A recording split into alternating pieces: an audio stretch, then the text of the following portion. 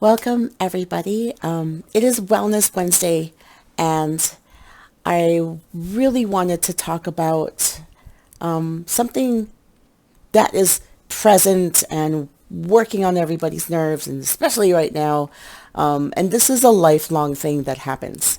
We're going to talk about the science of suffering and you know, why we have it and what is happening in our lives, in our minds, in our hearts as we're experiencing these things, and definitely how to begin the process of reframing that for yourself, right? And I'm going to get into that. Definitely want to get into that because that's what I want to cover today. Even though it is Wellness Wednesday, I will definitely be covering a little bit of, how to stay present. But I really believe that understanding where pain and suffering come from is really important to be able to effectively take care of your wellness. So before we get into all of that, show reel.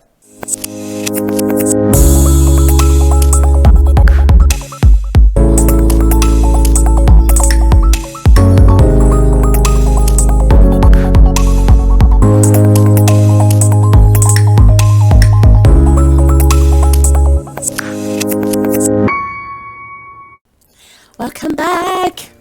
Okay, so the science of suffering, right? Let's start off with pain. I know a lot of us don't like pain, right?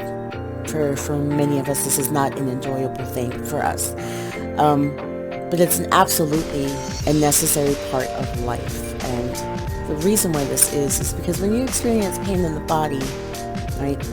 Pain in the body is so important for you to know the limitations of your vessel, right?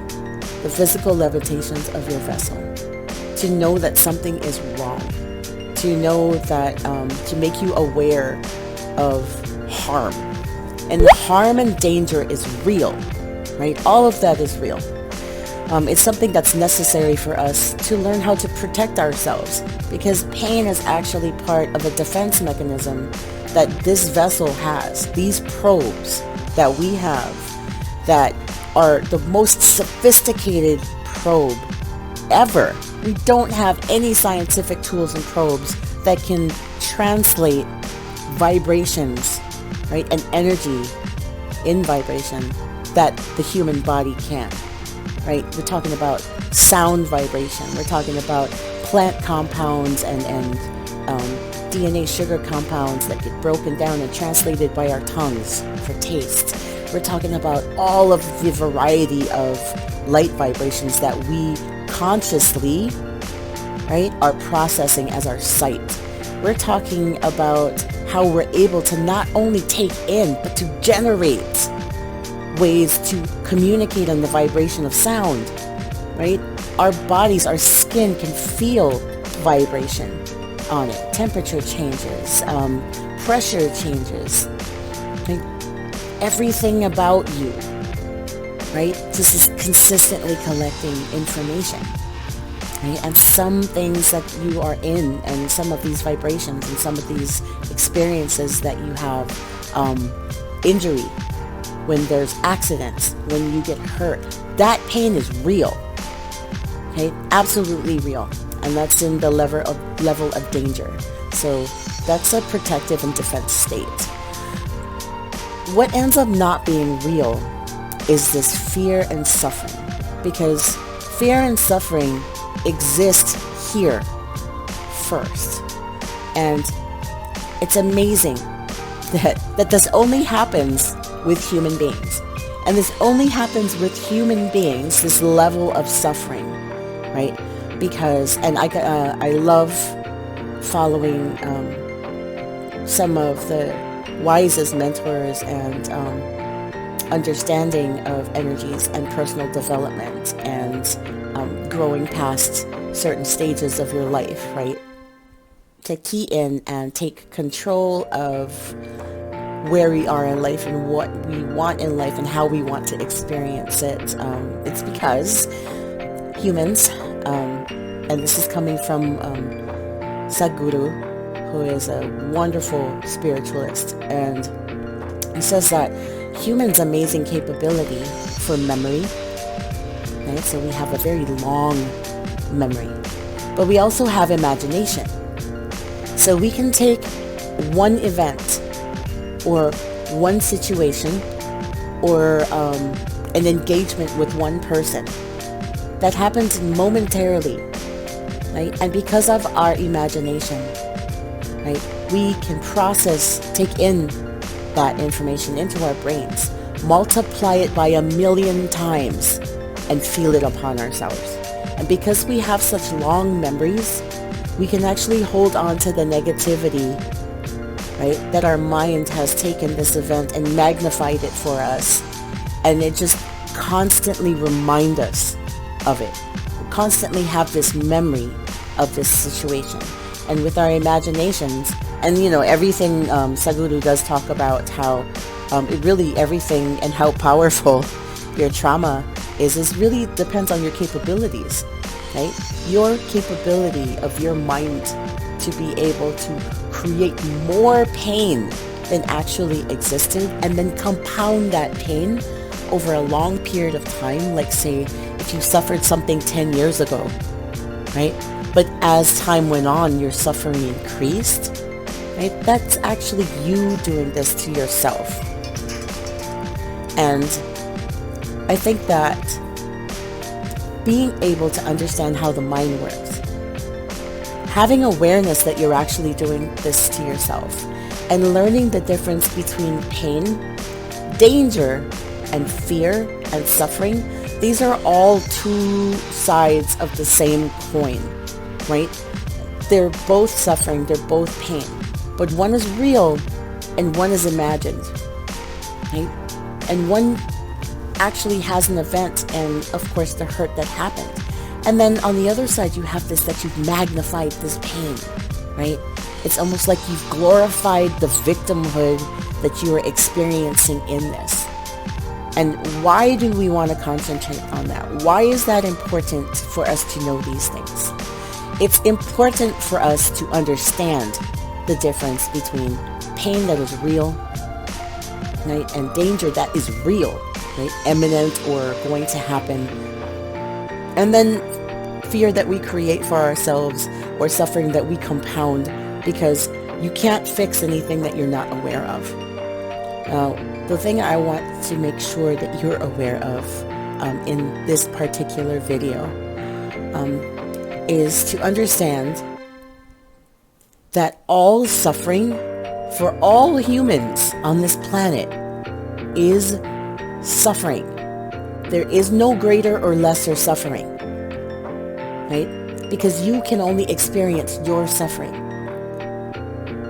And you may be able to relate to someone else's suffering, but you're not actually feeling their suffering. So because you feel that you suffer, you might feel that your suffering is more important than someone else's suffering. This is incorrect thinking. All suffering is suffering. It is the same exact suffering. There is no greater than or less than suffering. It is just something that you have taken and experienced, compounded that negativity, and continue to hang on to this, right? You are getting something out of hanging on to this. But it doesn't actually create anything positive for you to hang on to an event that created, this feeling, this negativity, this thought pattern, this thought process that is unhealthy for you. And then created situations for yourself where this stops you from progressing in your life. Many people think this because they've been taught that they have no control. Sadhguru did an interview, and it's on the impact theory, and I thought it was profound when he was giving these. I've heard him give other speeches. I've listened to him talk before, but I really keyed into, and I think this is important for anyone who's trying to transform their victimhood and suffering into using it as a trampoline, right? A launcher, a cannon to shoot them in the direction that they want, in gratitude for that suffering instead of allowing themselves to stay victims, right? And he says that this only happens in the United States. This doesn't really happen in any other country, where people will say that they have this belief about themselves, or they believe that they should suffer, or they believe that they deserve to suffer, or they believe they're not worthy of not suffering because of some kind of upbringing they had. Like, well, I was raised in this belief, so that's why I am the way I am. Or, you know, I was raised to believe, well, let's say I was raised Catholic, or I was raised Protestant, or if you're specific about your Protestant, I was raised Presbyterian, I was raised Methodist, I was raised Latter-day Saint, whatever it is, right? Whatever that is, that's a complete cop-out. Because I was raised this way tells you that somehow, since this teaching has been pounded into you all the way up until solidifying who you are by the age of 10, that somehow you can't break out of this belief system. That somehow you can't find out what works for you and what actually brings happiness. Now, I'm not talking about not having faith and not having a belief system.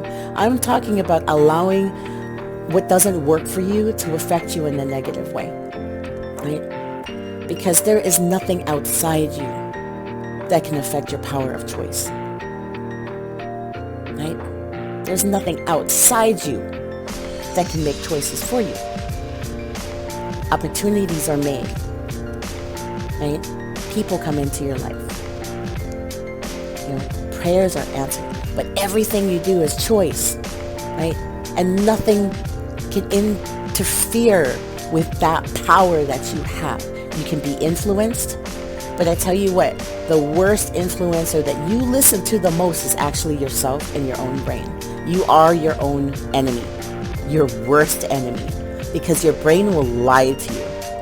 And half of the time, it's how you were brought up and the beliefs that were given to you, right, placed upon you, that weren't even your beliefs. I was raised like this. Great, right? You were raised to be, to have a certain set of morals. Right? You were raised to believe a certain subset of thought processes. Like, that's great. But you didn't actually learn to value those through your own experiences. They were given to you. So think about it like a backpack, right? You have a backpack. And every time someone has given you a belief or told you something that was true, right, that was actually their belief, just imagine that they put one canned food item in your backpack, right? That's just one thing. Now here's another belief I have that is, you know, absolutely true. Not your truth, their truth, and not even their truth. Someone gave it to them too. So they're basically just multiplying their canned food and sticking it in your backpack. Now you've got hundreds and hundreds of cans in your backpack by the time you're 10. It's heavy.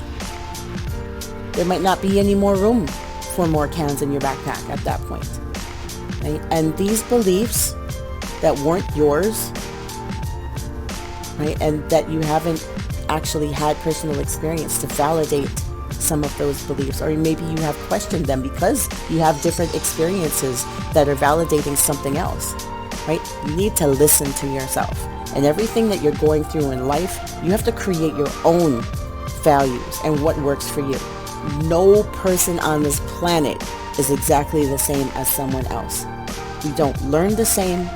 We don't think the same. We don't have the same experiences in life.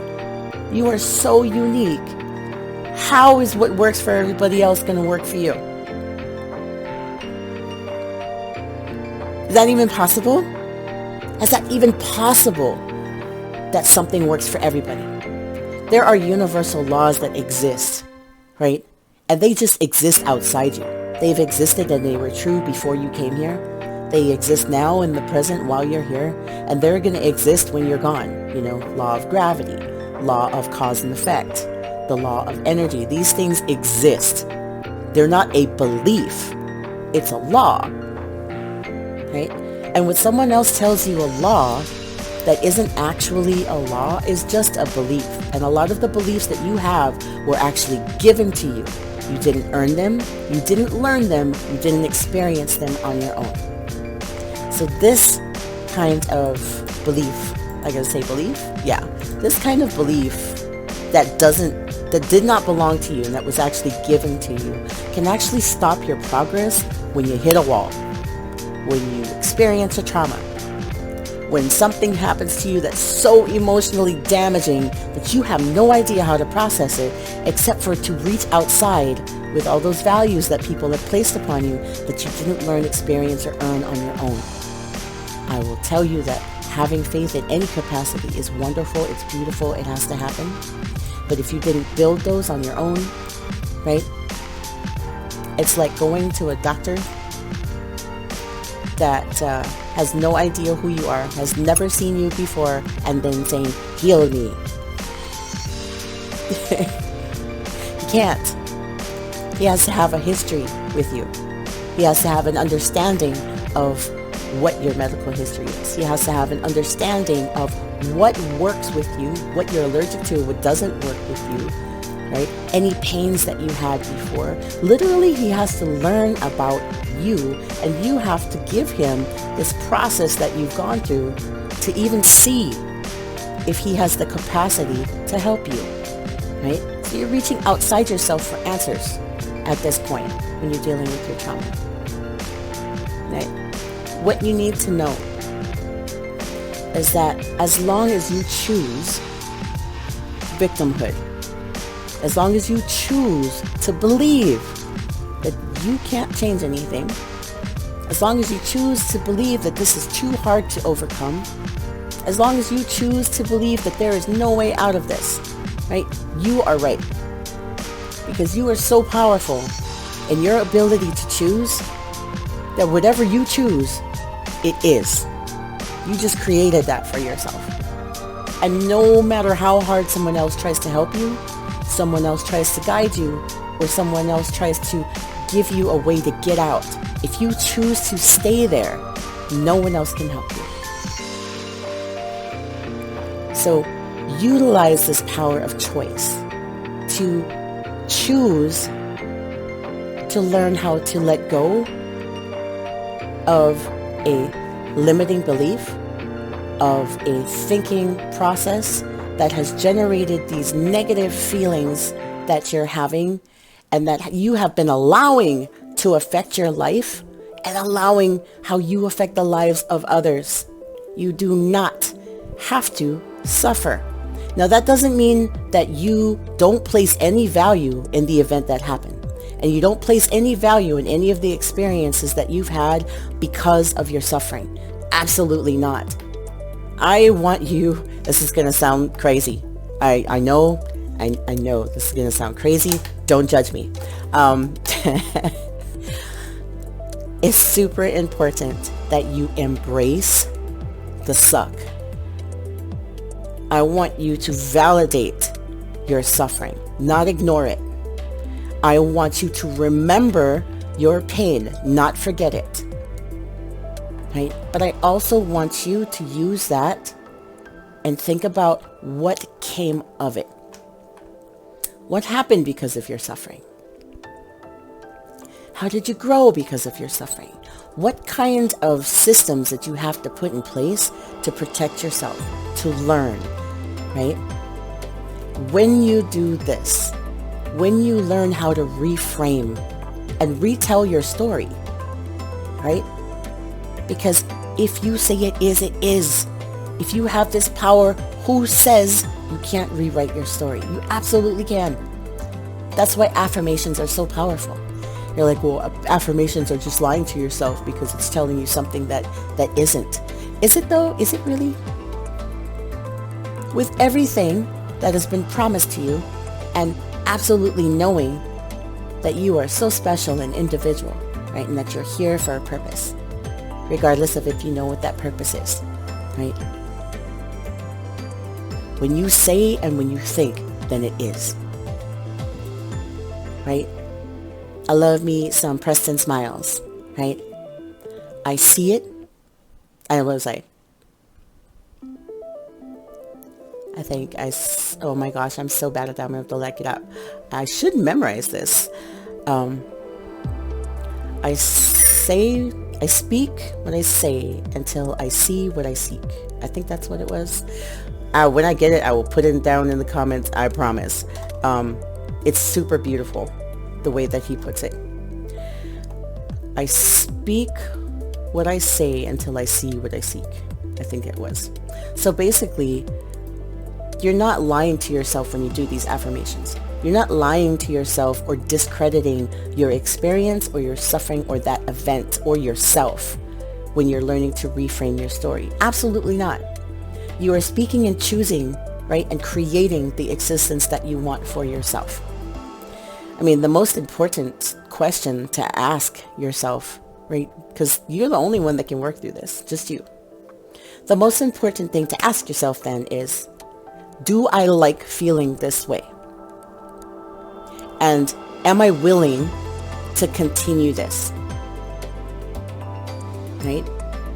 And if your answer to this is yes, second most important question is why? Why do I feel like I deserve to suffer? Because then you can start to work backwards. Identify the why. Why in everything is so important. Right? Why do you feel like you need to suffer? And then that's a whole new ball of wax.